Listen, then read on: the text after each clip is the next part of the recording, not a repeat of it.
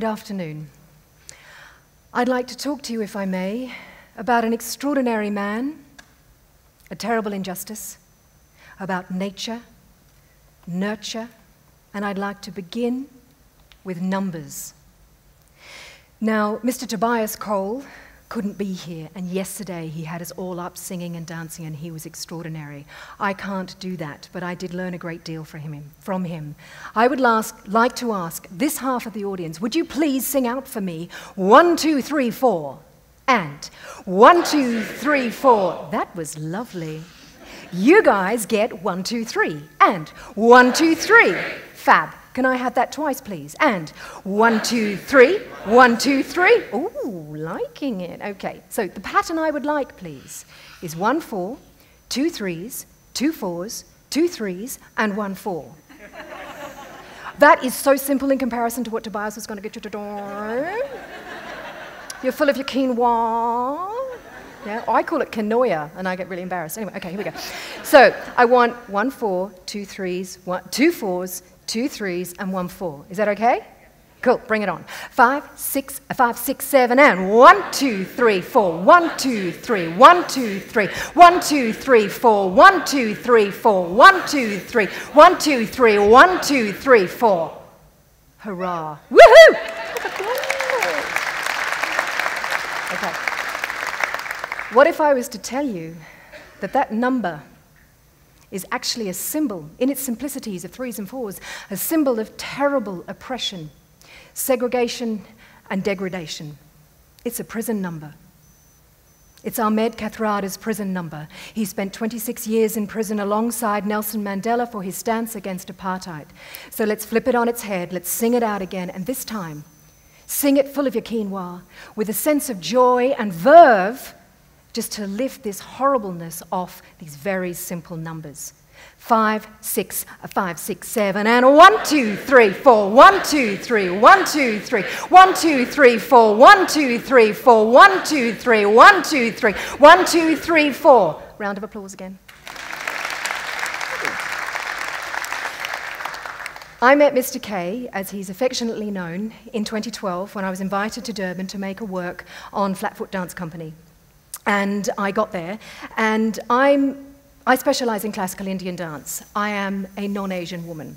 I've spent 25 years, I'm only 26, bless me, 25 years researching and looking for previous interrelations between East and West. I've been up to the Afghan border. There's AK-47s sticking out the side of the trucks, and I'm like, this report's going to be hard to write because I might not come back, you know. I've been through India lots of times looking for the answer, and I didn't find it. All you have to do is read about these incredible people and their struggle and the sacrifice they made so that so many of us can live in free societies. When I got to Durban and I told them what I was going to be doing, teaching a bit of Indian dance to the mixed race company, and this black African lawyer said to me, "You can't do that." "You what? You can't teach the blacks and the coloureds Indian dancing? You crazy, huh?" It was going so well. And then Leanne Lute said to me, "Look, read about Mr. K." And I went, "Look, this is apartheid, 2 hard baskets, 6 months of thorough research, can't go there, got 3 weeks." And she said, "Do it again. Because his story will break your heart, but his stories will make your heart sing," and they did. He gave his permission. He came to watch the work. I kind of turned his life into a musical, funnily enough, but he was happy with that. I returned to Canberra and I went, "I've got to do something more with this." So I started working on a solo. And I worked with Sandy Evans and Bobby Singh, and we took the prison numbers. Now, Mandela's prison number, 46664, has been patented. There are concerts, there's money raised. And one of Mr. K's stories tells the story about a chameleon who turned up one day in the prison yard, as you do, gave birth to 6 babies, just kind of abandoned them, and they're like, "Oh my goodness, this is terrible," and then led by a 70-year-old Mandela, they're catching flies, you know. So we composed a piece of music inspired by 46664 called The Chameleon, Joyous and Light. Would you please play it?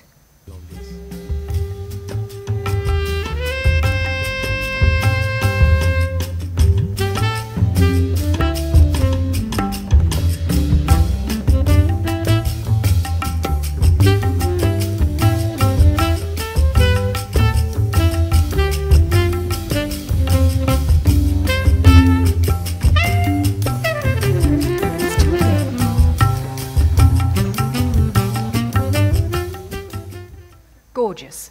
Yep. That, by the way, is the Mediba... Oh, bless you. This is completely nerve-wracking, can I just tell you? Alrighty, so the Mediba dance, this is the way he used to dance. Yeah, it's a beautiful thing. Now, coming back to Mr. K's number, with Bharatanatyam, which is the South Indian form that I work with, we take the counts and we put vowels to them, or different kind of consonants. So 46864 might be something as simple as takadimi, takite, takite, takadimi, takadimi, takite, takite, takadimi. Or if we take an adavu, play around with the 3s and 4s, we might have something like dhalan kutakadikutaka tadinginatum ta. Ta ri tu ta ku dha ri mi tu ki tu ta ku ta ku ri ta ku na ta yu nu ta ni mi ta kindari ki tu ta ku ta tari tu ta ku dari mi tu ki tu ta ku ri ta ku na ta yu nu ta di mi ta kindari ki tu ta ku ta tari tu ta ku dari mi tu ki tu ta ku ri ta ku na ta yu nu ta di mi ta kindari ki tu ta ku ta tari tu ta ku dari mi tu ki tu ta ku ri ta ku na ta yu nu ta di mi ta ku ri ta ku na ta yu nu ta di mi ta kindari ki tu ta ku kindari ki tu ta ku kindari ki tu ta ku ta.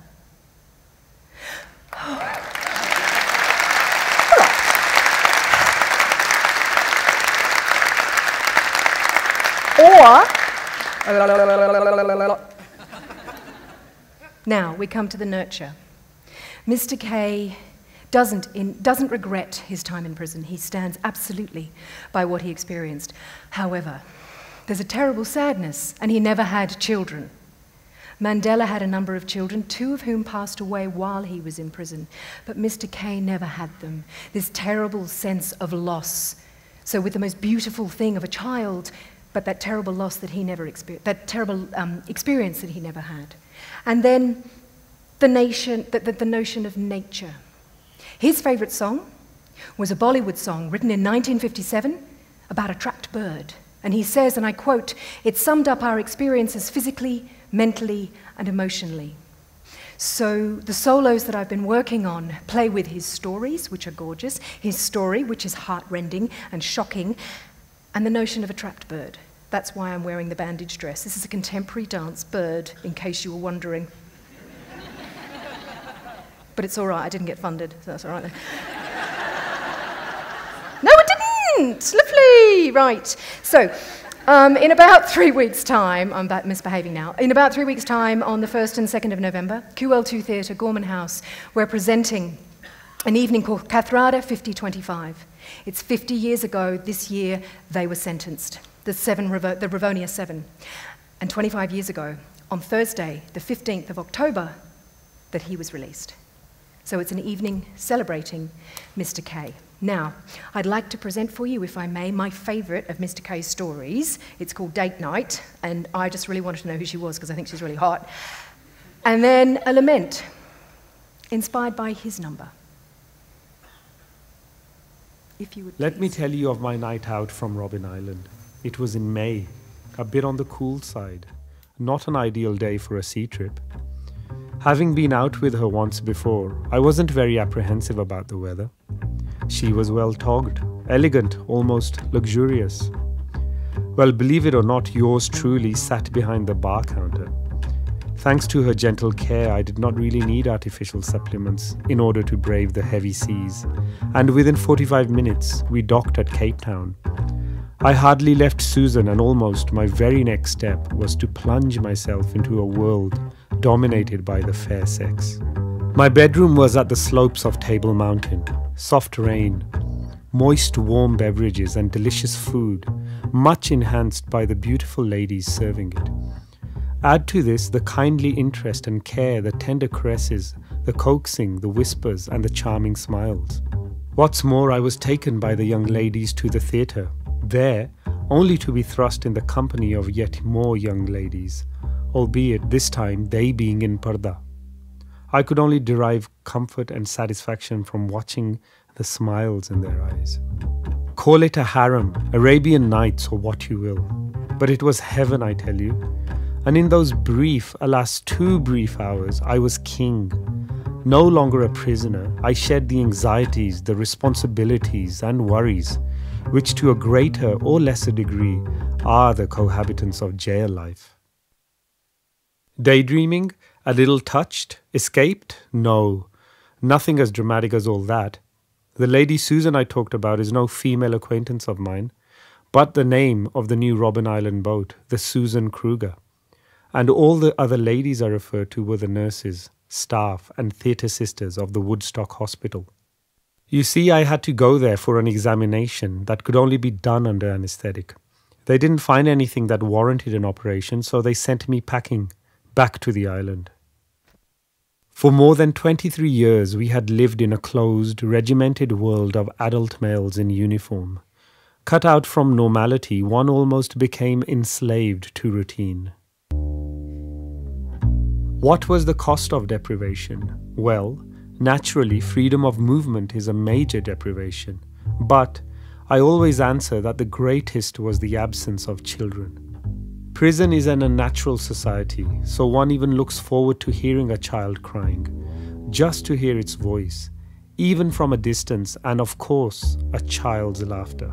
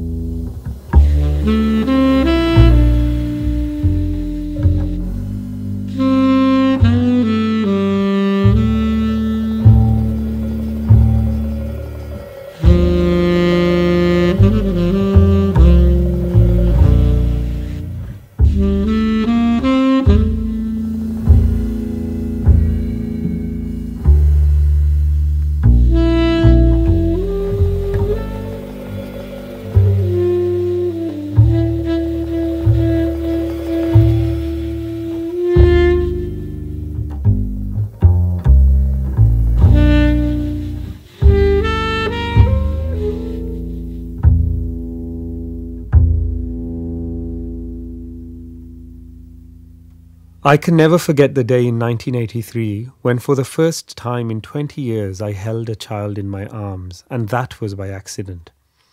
The 2-year-old accompanied her lawyer father, and she wouldn't wait alone in the car. My mind was a whirl. On my way back to the cell, I almost had to pinch myself to confirm that I had actually held a child on my lap for those few glorious moments.